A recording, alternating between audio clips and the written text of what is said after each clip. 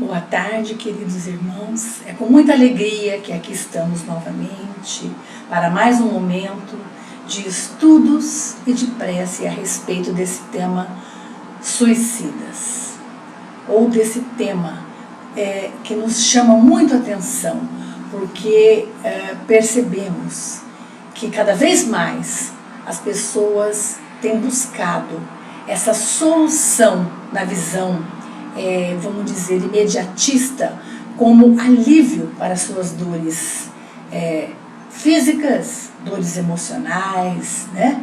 E que, na verdade, nós sabemos que apenas a morte do corpo, que há somente a morte do corpo, mas o espírito continua vivo e com muito mais sofrimentos do que antes, né? Porque nós sabemos que a consciência desse espírito de ter perdido a oportunidade nessa existência que lhe foi oferecida é um tormento para esse espírito no mundo espiritual. Então nós vamos aqui hoje falar um pouquinho sobre suicídio, sobre algumas dúvidas, mas antes disso gostaria de convidar a todos os nossos irmãos para que juntos possamos, numa prece inicial, elevarmos o nosso pensamento a esse Pai amoroso, a essa Mãe querida que zela e que cuida desses nossos irmãos suicidas. Então, querido Mestre Jesus, aqui estamos novamente, buscando através desse programa, estar fazendo com que aqueles que estão nesse pensamento de exterminar com sua própria vida, que essas criaturas possam parar neste momento, refletir sobre a sua situação e tomar coragem, ânimo para vencerem um momento difícil que estejam passando e continuar a sua jornada, porque sabemos que não estamos sozinhos nas nossas dificuldades, nos nossos problemas, não estamos sozinhos. Espíritos amigos caminham conosco, nos dando sempre a coragem, a força, a resistência para vencermos as dificuldades da vida. Portanto, o que pedimos, Mestre amado, é que nos fortaleça, nos dê ânimo, esperança de dias melhores. Muito agradecemos por tudo, que assim seja, graças a Deus. Então nós vamos falar um pouquinho sobre algumas dúvidas, né? Nós gostamos muito desse livro do nosso irmão Richard Simonetti, né? É um livro que diz assim: tudo o que você precisa saber sobre o suicídio. Então é um livro fácil, de fácil entendimento, porque é um livro de perguntas e respostas, um livro claro, objetivo, né? Então ele vem aqui trazendo para nós algumas dúvidas. Então, nesse capítulo que diz o seguinte: recebi a comunicação de um amigo suicida detalhando o que lhe acontecera. Pensando em matar-se, encostou um punhal no abdômen, mas não teve coragem de consumar o seu intento. No entanto, sentiu que espíritos obsessores pressionaram sua mão, literalmente obrigando-a a enterrar o punhal. Em agonia, ouviu as suas gargalhadas. É possível uma ação dessas dos perseguidores espirituais? Então, uma pessoa que teve esse pensamento suicida e que chegou mesmo a encostar esse punhal, né, próximo ao seu abdômen, mas que não teve a coragem naquele momento, mas que sentiu a pressão da mão, quer dizer, no momento de lucidez, aquela criatura decidiu não mais se matar, mas sentiu uma pressão nas suas mãos, obrigando a enterrar o punhal no abdômen e vamos dizer, depois começou a ouvir as gargalhadas, né, desses perseguidores espirituais. Então ele pergunta assim: é possível isso acontecer? E a resposta é a seguinte: se os obsessores tivessem esse poder, estaríamos todos à sua mercê. O que eles fazem, o que esses irmãos, vamos dizer, esses irmãos infelizes, menos esclarecidos do plano espiritual, né? Podendo chamar também de perseguidores espirituais, é induzir, é sugerir, convencer o obsediado a cometer o suicídio. Isso sim ele pode fazer. Não tem poderes para forçá-lo. Veja só o que ele está colocando aqui, a seriedade do que está sendo colocado aqui, né?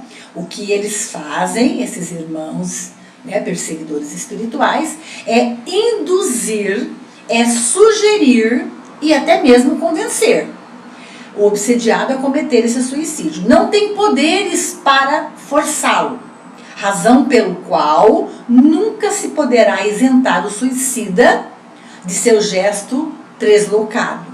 Ele sempre, o espírito, a criatura, né, que decidiu, que resolveu acatar essa indução ou essa sugestão, né, é ele sempre que responderá por isso, tá?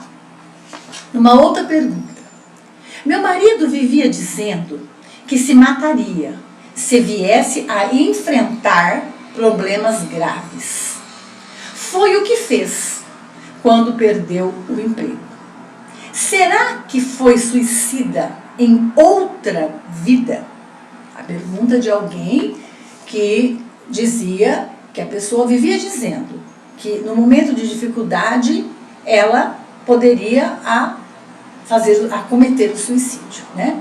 Então essa pessoa pergunta, e aí e no caso ele passou por uma experiência desastrosa, que foi a perda do emprego. Será que, e ela pergunta, será que o marido dela teria sido suicida numa outra existência, numa outra vida, né? E aí a resposta é, não necessariamente. Foi vítima de sua fraqueza, de sua própria fraqueza. É um exemplo de como podemos complicar o destino quando cultivamos ideias infelizes como esta. Elas tomam corpo, induzindo-nos a gestos comprometedores de que fatalmente nos arrependeremos mais tarde, né? Então, o cultivo dessas ideias infelizes é como se fosse uma sementinha, né? E sendo trabalhada, cultivada, regada, adubada por esses perseguidores espirituais para a concretização do fato em si, do suicídio em si. Uma outra pergunta. Minha esposa tinha tudo para ser feliz e parecia feliz. Era bonita, gentil, atenciosa, saudável. O que a teria levado ao suicídio? Uma outra pergunta, né? Que muitas vezes a gente observa na sociedade. A gente vê a pessoa ter uma vida boa, uma vida feliz, aparentemente feliz, né? É uma pessoa saudável, tem tudo para continuar a sua caminhada, né? E de repente acontece o suicídio. Então a resposta é, como diz, ele faz uma referência a um soneto, né? Como diz Raimundo Correia no seu célebre soneto, se pudesse o espírito que chora ver através da máscara da face, perceberíamos que uma aparência feliz pode esconder um coração conturbado. Né? A gente percebe muito isso através das redes sociais. Né? A gente percebe as pessoas felizes numa aparente felicidade. Né? Na necessidade de estarem mostrando aos outros o quanto é feliz, o quanto a vida é boa, o quanto está tudo bem. Mas que na realidade, lá no fundo, no seu íntimo, não está nada bem. Né? Ela não está nada feliz. Ela está, ao contrário, extremamente infeliz. Provavelmente, no caso dessa senhora, ela foi uma talentosa artista, simulando uma estabilidade que não possuía. Não sabemos dos conflitos em que se debate alguém que tem tudo para ser feliz. Situações mal resolvidas, angústias e desajustes resultantes de desvios do passado, embora encobertos por um comportamento ajustado, podem a levar ao gesto extremo. Então, nós não sabemos, né, do íntimo de cada um, o que cada um traz consigo. Nós não sabemos o que cada criatura tem de passado, no seu passado espiritual, né, de experiências do seu passado espiritual. Então, muitas vezes nós nos vestimos de uma, vamos dizer, de uma máscara falsa, escondendo os nossos reais sentimentos, né? Os nossos reais, vamos dizer assim, o nosso íntimo, né? Então a necessidade, às vezes, que a gente já falou agora mesmo, que nós temos de colocar uma máscara e dizer aos outros que está tudo bem, né? Nas redes sociais que a gente percebe, e quantos suicídios não aconteceram após essas fotos, né? Após essas selfies de felicidade com a família, ou mesmo sozinhos, e logo após o suicídio, né? Então, nós não sabemos o que vai no íntimo de cada criatura, somado com essa herança do espírito, vamos dizer assim, de outras encarnações, né? Os processos de culpa, os processos de angústias que vive esse espírito. Aí, numa quarta pergunta, ele diz assim: um dos efeitos colaterais da ciclosporina, que é uma substância imunossupressora usada em transplantes, é a depressão, tá? Então, olha só, um dos efeitos colaterais da ciclosporina, substância imunossupressora usada em transplante, é a depressão. Tenho um familiar que se suicidou depois de receber um rim em transplante. De quem seria a culpa? Dele, da pessoa, ou da ciclosporina? Olha só. Então, essa substância, né, vamos dizer, que traz efeitos colaterais, né, causando, é uma substância imunossupressora que causa, é usada em transplantados e que causa depressão. Então, a pessoa pergunta, né? Aí a resposta: a ciclosporina pode ser um fator atenuante, né? É um fator, o que ele quis dizer com isso? Que devemos considerar, mas nunca dominante, nunca algo que podemos dizer foi por isso. É um fator que pode induzir a criatura, sim, a um processo depressivo e futuramente a um suicídio. Mas é um fator, ele diz aqui, atenuante, nunca um fator determinante. Que todos que passam por essa experiência de um transplante tenha, né? Então ele diz, é nas situações dramáticas, como uma depressão, que o paciente revela a sua firmeza ou a sua fraqueza. Nós sabemos que a depressão, não vamos aqui falar sobre a depressão, porque a depressão é algo, é um assunto, vamos dizer assim, muito abrangente. Nós temos que olhar por vários caminhos, por várias situações, né? Mas ele diz aqui, muitas pessoas passam por processos depressivos agudos, gravíssimos, e conseguem superar muitas vezes essa condição, esse desejo, né, de sair da vida através das portas do suicídio, e outras não. Então ele fala, é nas situações dramáticas, como uma depressão, é que o paciente, a criatura, vai revelar a sua fraqueza ou a sua firmeza. né? Que envolve, vamos dizer, vários fatores. Mas aqui ele quis deixar bem claro que sempre a decisão é da pessoa. Mesmo nos casos em que essa depressão, como ele diz aqui, né? No caso dessa ciclosporina, não da depressão, desculpe, mas no caso da ciclosporina, que é uma substância imunossupressora que é utilizada para transplantados, né? E que causa a depressão. É um dos efeitos colaterais, causa a depressão, né? Então ele diz assim que devemos considerar que essa substância, ela pode ser um fator atenuante, mas nunca determinante. Então a decisão cabe sempre a esse espírito, né? A essa criatura que está encarnada, passando por essa situação naquele momento.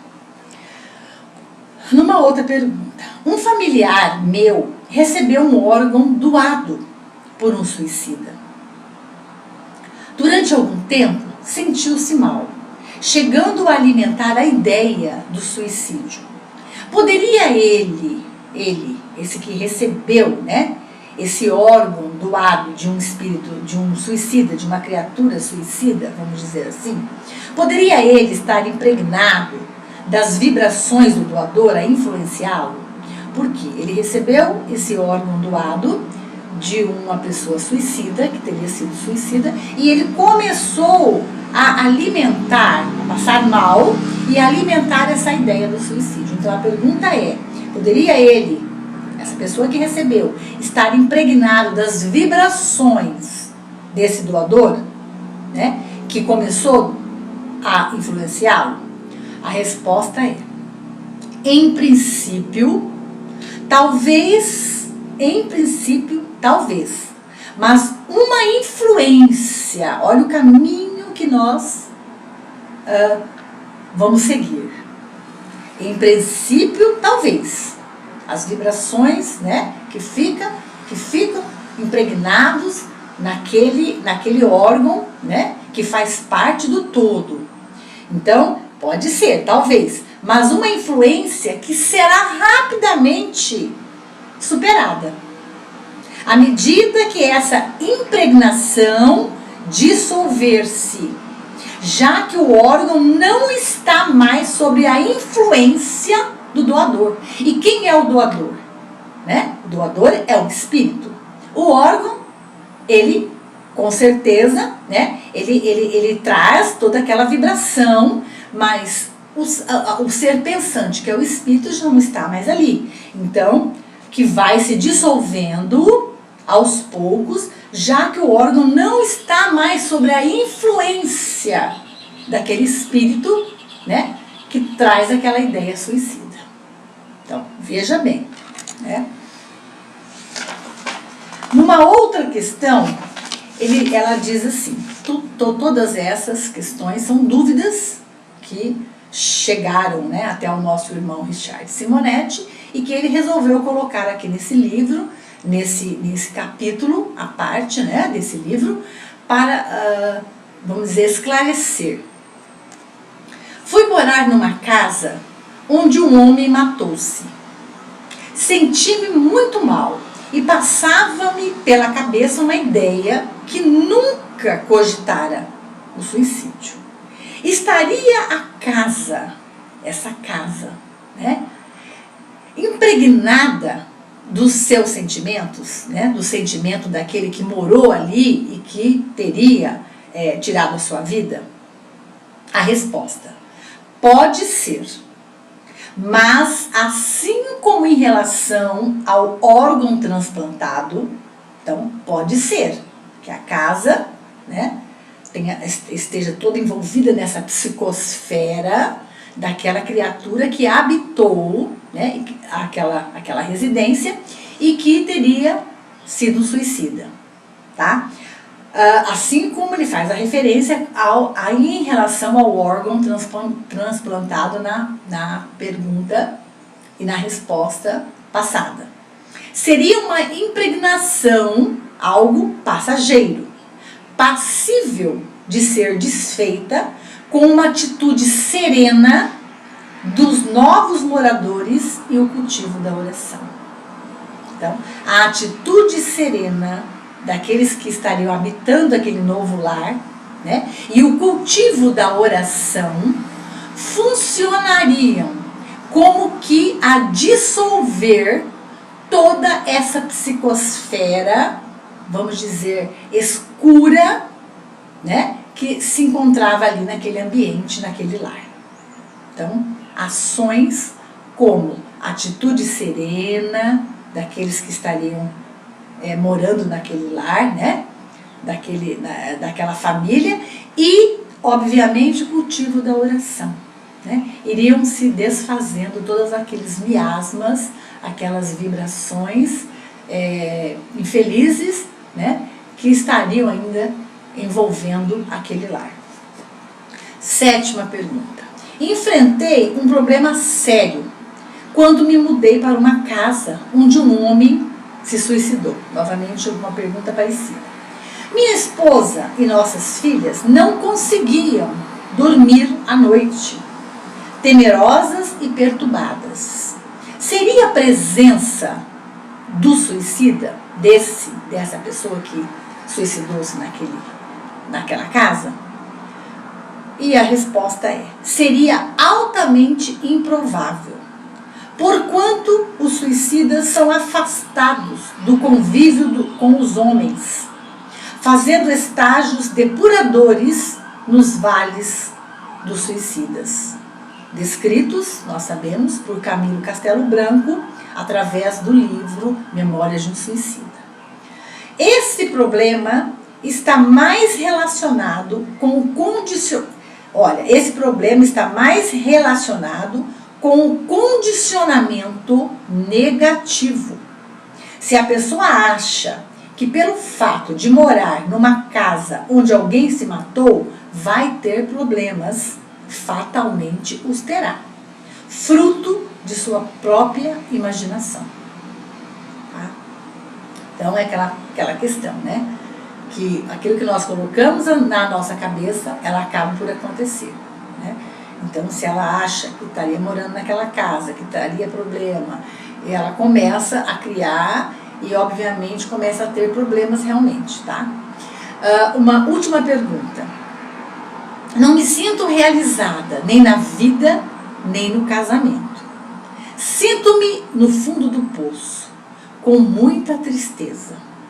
Só tenho sono e dores no corpo, como se tivesse levado uma surra.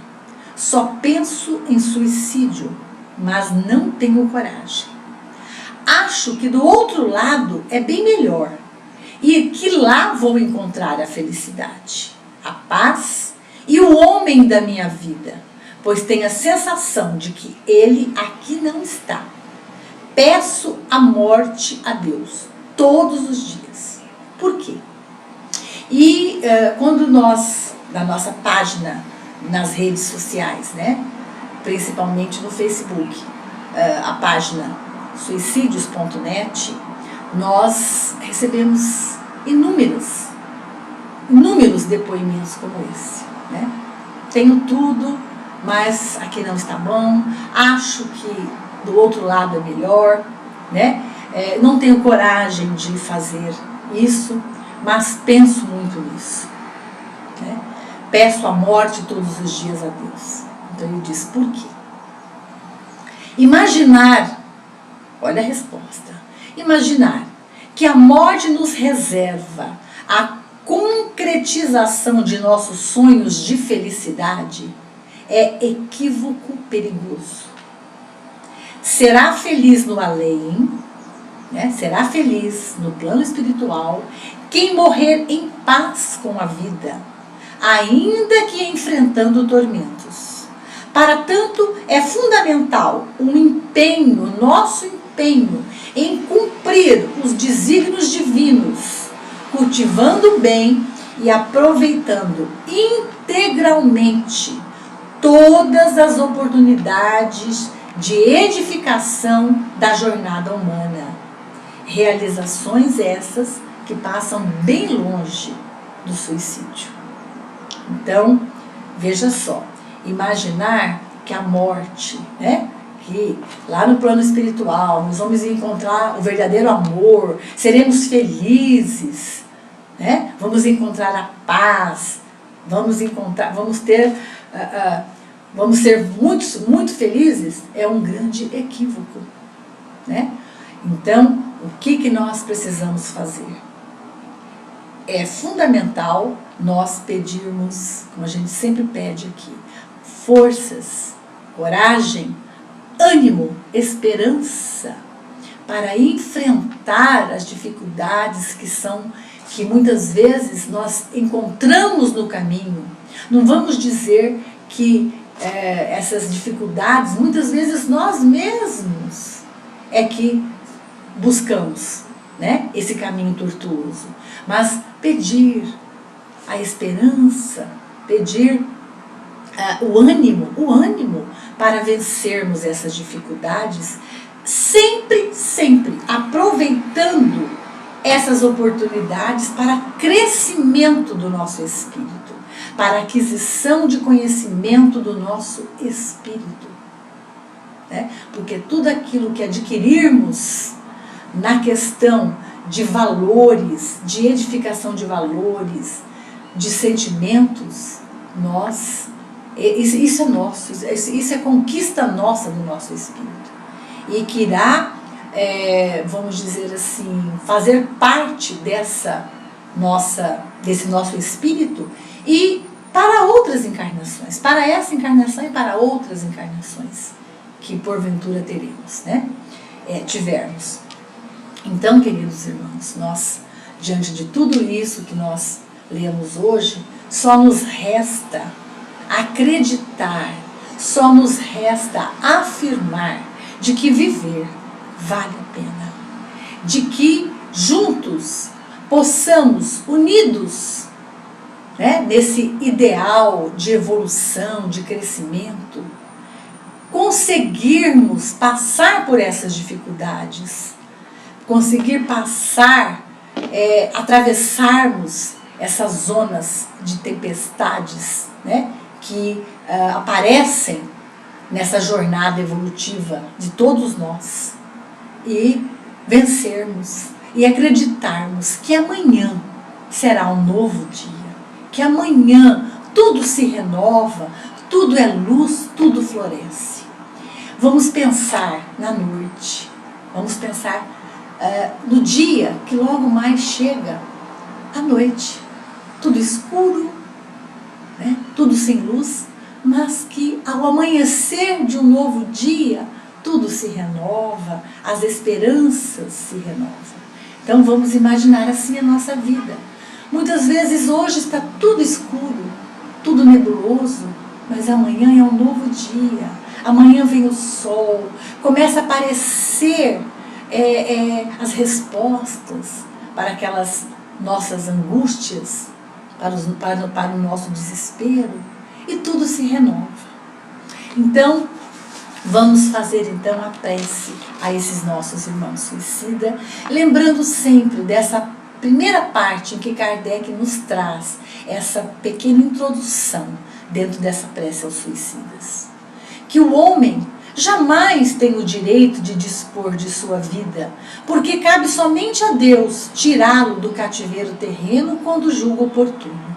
Todavia, a justiça divina pode suavizar os seus rigores em virtude das circunstâncias, mas reserva toda a sua severidade para aquele que quis se subtrair às provas da vida antes de cumprir a sua condenação, e que quando é recapturado, é tratado severamente. Assim acontece com o suicida que acredita escapar das misérias presentes e mergulha em infelicidades maiores. Prece. Sabemos, Senhor meu Deus, o destino reservado àqueles que violam as vossas leis, ao encurtar voluntariamente seus dias. Mas sabemos também que a vossa misericórdia é infinita. Dignai-vos estendê-la sobre todos os suicidas, que possam nossas preces e a vossa piedade suavizar a amargura dos sofrimentos que suporta por não ter tido coragem de esperar o fim de suas provas. Bons espíritos, cuja missão é ajudar aos infelizes, tomai-o sob a vossa proteção.